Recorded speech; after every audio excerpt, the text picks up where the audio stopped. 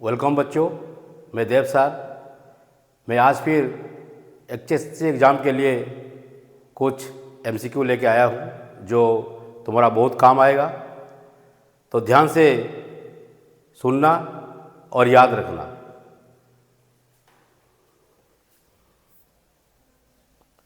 पहला सवाल, हृदय द्वार को खोलने के लिए किस प्रकार की कुंजी जरूरी है? अगर किसी का हृदय द्वार को खोलना है, किसी को जीतना है, किसी को बस में करना है, तो उसके लिए क्या जरूरी है? क्या वचनों का सौंदर्य? नहीं, ये गलत है। क्या वचनों का चातुर्य? नहीं, यह भी गलत है। क्या वचनों का अनुकरणीय? नहीं, यह भी गलत होगा। इसका सही जवाब है वचनों का माधुर्य। इसका सही जवाब क्या है? वचनों का माधुर्य, यानी कि मीठी बोली। मीठी बोली से तुम किसी को भी अपना बस में कर सकते हो। हर कोई चाहता है कि मुझे कोई मीठी बोली बोले। कटु शब्द कोई नहीं चाहता। कटु शब्द सारे किए धरे पर पानी फिर सकता है। इसीलिए अगर तुम मीठी बोली बोलोगे तो सब तुमको चाहेंगे। इसीलिए हृदय द्वार की, किसी का भी हृदय द्वार को खोलने के लिए वचनों का माधुर्य जरूरी है। नेक्स्ट क्वेश्चन, कबीर ने अपनी दोहे में सत्य को किसके समान बताया है? कबीर दास ने अपने जो दोहे लिखे हैं, सत्य को किसके समान बताया है? सत्य जो होता है हमेशा महान होता है। तो सत्य जो सत्यवादी होता है उसको कबीर ने तप तथा तपस्या के बराबर माना है। सत्य का मतलब है एक तपस्या करना। जो सत्यवादी होता है वो तपस्या के समान उसे माना जाता है। तो इसका सही जवाब होगा तप तथा तपस्या। ये सच्चाई नहीं होगा, पाप नहीं होगा, हृदय नहीं होगा। क्योंकि जो झूठ बोलता है वो पाप करता है। झूठ बोलना एक पाप है। नेक्स्ट क्वेश्चन, नेक्स्ट सवाल है, किसका रंग श्याम है? श्याम का मतलब काला। इसमें किसका रंग काला है? क्या दाऊ का रंग काला है? दाऊ का मतलब बलराम। दाऊ का रंग काला है, ये सूरदास से लाया गया है। दाऊ का रंग तो गोरा होता है, ये नहीं होगा। ग्वालों बच्चों का क्या रंग काला होता है? नहीं, ये भी गलत जवाब है। यशोदा मैया तो गोरी होती है, ये भी गलत जवाब है। तो श्याम रंग किसका है? श्री कृष्ण का। इसका सही जवाब है श्री कृष्ण। किसका रंग श्याम है? श्री कृष्ण का रंग श्याम था। समझ गए? नेक्स्ट सवाल, गिल्लू के झूले की सफाई के समय झूले में क्या भरे मिले थे? ये गिल्लू से लाया गया है। जब महादेवी वर्मा एक मोटर दुर्घटना में अस्पताल में थे तो उनको गिल्लू हर वक्त ढूंढता था। जो उसका प्रिय खाद्य था काजू। लेखिका वर्मा ने उन्हें काजू देने के लिए किसको कहा था? वो रोज जाके काजू देता था। लेकिन उस समय लेखिका को वो इतना चाहता था कि वो अपना प्रिय खाद्य भी नहीं खाता था। इसीलिए गिल्लू के झूले के सफाई के समय झूले में क्या भरे मिले थे? चावल नहीं, केले ये भी गलत है, कागज ये भी गलत है। गिल्लू के झूले के सफाई के समय झूले में काजू भरे मिले, क्योंकि गिल्लू का प्रिय खाद्य था काजू। तो इसका सही जवाब है काजू। नेक्स्ट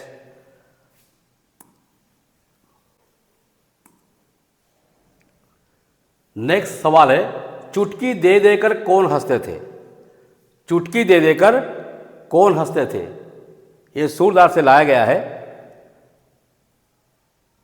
जब कृष्ण बलराम भैया के साथ खेलने जाते थे तब बलराम भैया उनको खिजाते थे, कहते थे कि नंद बाबा तो गोरे हैं, यशोदा मैया तो गोरी है, तू क्यों इतना काला है, तुझे मोल के लाया गया है, तू नंद बाबा और यशोदा मैया की पुत्र नहीं है, तुझे खरीद कर लाया गया है। ये कहकर ग्वाले बच्चे ने चुटकी बजा बजा कर हंसते थे।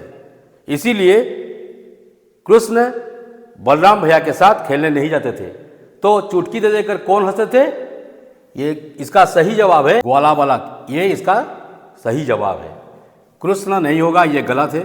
बलराम भी गलत है, यशोदा भी गलत है। तो चुटकी दे देकर कौन हंसते थे? ग्वाल बालक। नेक्स्ट क्वेश्चन, वचन के अनुसार कर्म होने पर मनुष्य क्या बनता है? वचन के अनुसार कर्म होने पर मनुष्य क्या बनता है? जो वचन के हिसाब से काम करता है वो संसार में बंदे ही बनता है। सब उसको सम्मान करते हैं, सब उसका आदर करते हैं। अगर वचन के साथ कर्म का संयोग हो तो वो संसार में बंदे बनता है। तो इसका सही जवाब है बंदे। सब उसे पूछते हैं, समझ गए? तो ये प्रसिद्ध नहीं होगा, दयालु नहीं होगा, कर्तव्यनिष्ठ नहीं होगा। वचन के अनुसार जो कर्म करता है उसी मनुष्य को लोग पूछते हैं, वो सबका बंदे होता है। समझ गए? नेक्स्ट,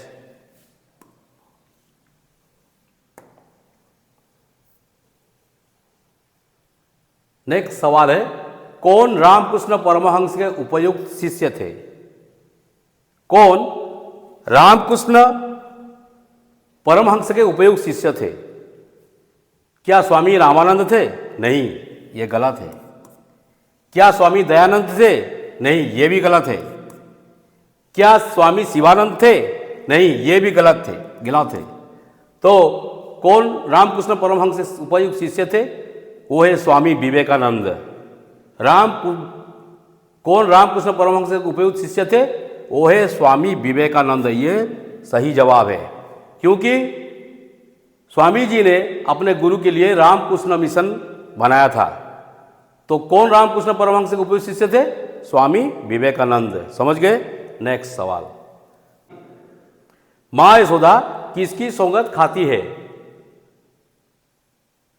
जब कृष्ण गुस्से में आते हैं मां यशोदा के पास और पूछते हैं, मां मैं तुम्हारा बेटा हूं कि नहीं, मुझे ये बताओ, तब मां यशोदा ने कसम खाते हैं। किसकी कसम खाते हैं? गोधन की कसम खाते हैं।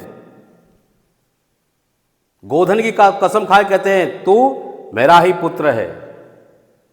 वो बलराम चुगलखोर है, इसीलिए मैं गोधन की कसम खा के कहता हूं कि तू ही मेरा पुत्र है।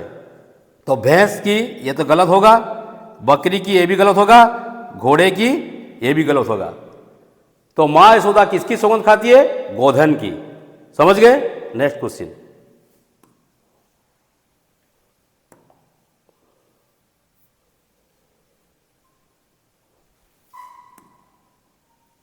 नेक्स्ट सवाल, धन्यवाद कब बोलना चाहिए? किसी को हम धन्यवाद बोलते हैं तो कब बोलते हैं? क्या सुबह शाम बोलते हैं? अगर सुबह शाम कहेंगे तो वो गुस्सा हो जाएगा, इसीलिए सुबह शाम हम धन्यवाद किसी को नहीं बोलते हैं।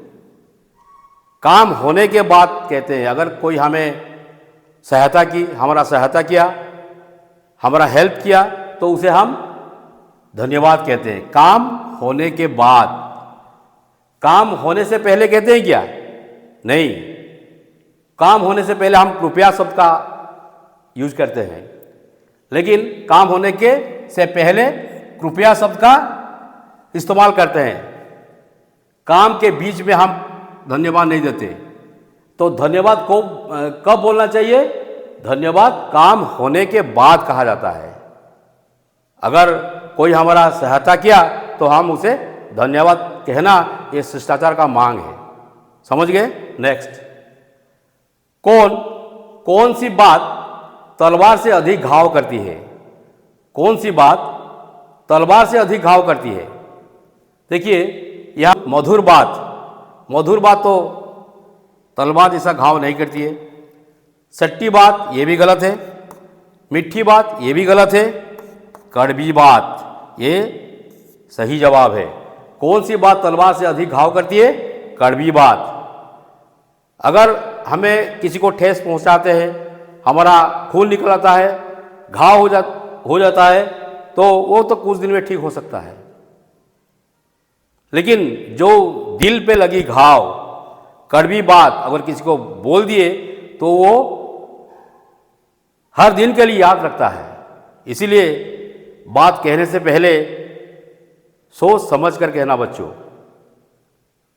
तलवार की घाव तो कुछ दिन में ठीक हो सकता है, लेकिन कड़वी बात से जो दिल में घाव होती है वो कभी ठीक नहीं होती, वो बार बार याद दिलाती है। इसीलिए बात करने से पहले, किसी को कुछ कहने से पहले कड़वी बात नहीं बोलनी चाहिए। समझ गए? Next question.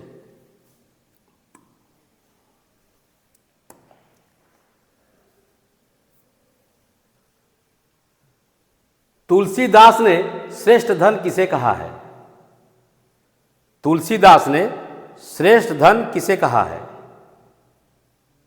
देखो, खास तौर पे हम जिसके पास हाथी घोड़े हैं, हीरे मोती हैं, धन रत्न है, रुपया पैसा है, सब उसे धनी मानते हैं, बहुत बड़ा धनी मानते हैं।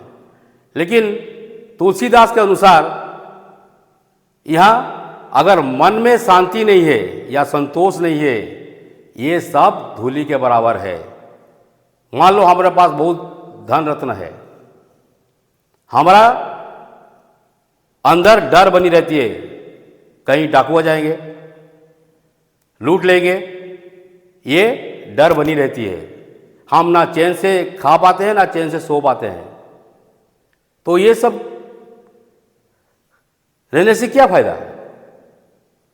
हमारे पास धन रहने से क्या फायदा? अगर हम चैन से खा नहीं सकते, सो नहीं सकते, तो ये सब धन होते हुए भी हम धनी नहीं है।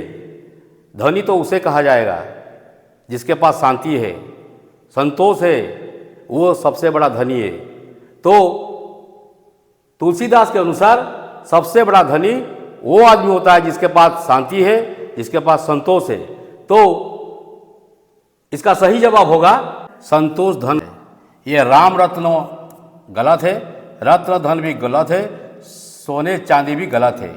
अगर मन में संतोष है, शांति है, ये सबसे बड़ा धन है, वही आदमी को धनी कहा जाएगा। समझ गए? नेक्स्ट, जीवन का वरदान क्या है? जीवन का वरदान क्या है? स्वामी विवेकानंद ने कहा है, जीवन का वरदान स्वतंत्रता है। हम किसके अधीन में नहीं रह सकते। हमारा जीवन का वरदान मिला है, जीवन के साथ वरदान मिला है स्वतंत्रता। समझ गए? निर्भरता नहीं होगा, स्वराज्य नहीं होगा, पराधीनता भी नहीं होगा। जीवन का वरदान स्वतंत्रता है। समझ गए? नेक्स्ट,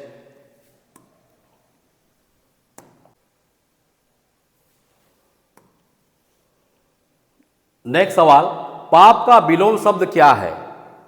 पहले जानना जरूरी है विलोम शब्द क्या है।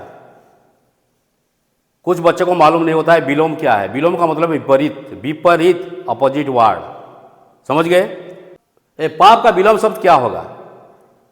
पाप का विपरीत क्या होगा? पाप का विपरीत पुण्य है। ये सही जवाब है। पाप का विपरीत आप नहीं होगा, सांप भी नहीं होगा, अपाप भी नहीं होगा। कुछ बच्चे अपाप बोलते हैं, लेकिन ये गलत है। पाप का विलोम शब्द पुण्य है, पाप का विपरीत पुण्य है। समझ गए?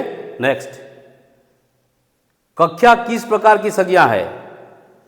कख्या किस प्रकार की संज्ञा है? ये जो कख्या है, कक्षा का मतलब क्या है? श्रेणी, क्लासरूम। किस प्रकार का संज्ञा है? कक्षा में कौन कौन रहते हैं? टीचर रहते हैं, बच्चे रहते हैं। तो ये सबको मिला के होता है एक कक्षा। तो ये कौन सी वाचक संज्ञा होगा? ये समूहवाचक संज्ञा है। टीचर, स्टूडेंट सब मिलकर एक कक्षा होता है, इसीलिए ये समूहवाचक संज्ञा है, व्यक्तिवाचक संज्ञा नहीं होगा। किसी व्यक्ति का नाम नहीं है, इधर जाति का नाम नहीं है, भाववाचक भी नहीं है। तो कक्षा किस प्रकार की संज्ञा है? समूहवाचक संज्ञा है। समझ गए? Next question.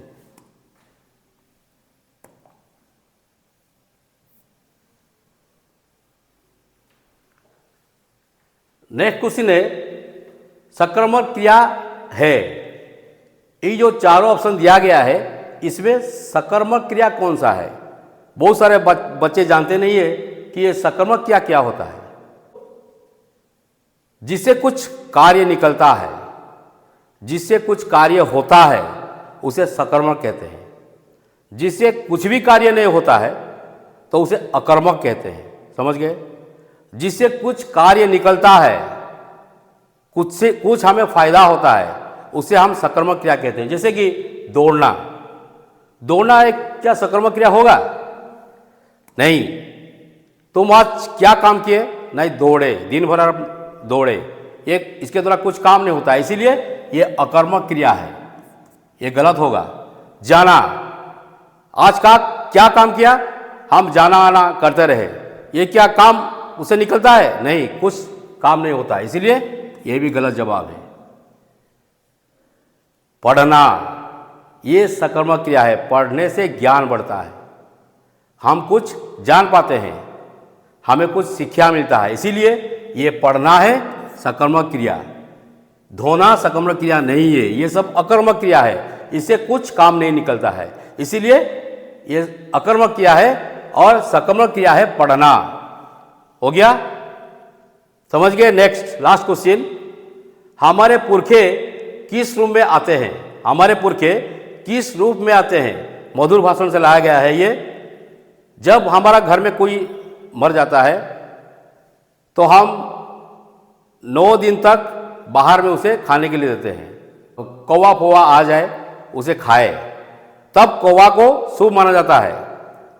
अगर कौवा खा लिया, हम समझते हैं कि हमारा पितृपक्ष उनको मिल गया। तो हमारे पुरखे किस रूप में आते हैं? काक के रूप में आते हैं, काक के रूप में, कौवा के रूप में आते हैं पितृपक्ष, जो हमारा पूर्व पुरुष है। तो ये हंस नहीं होगा, गरुड़ नहीं होगा, मोर नहीं होगा, तो हमारे पुरखे किस रूप में आते हैं? काक के रूप में आते हैं। समझ गए? आज यहाँ समाप्त करते हैं, फिर नेक्स्ट वीडियो में मिलेंगे कुछ एमसीक्यू के साथ। तब तक के लिए धन्यवाद।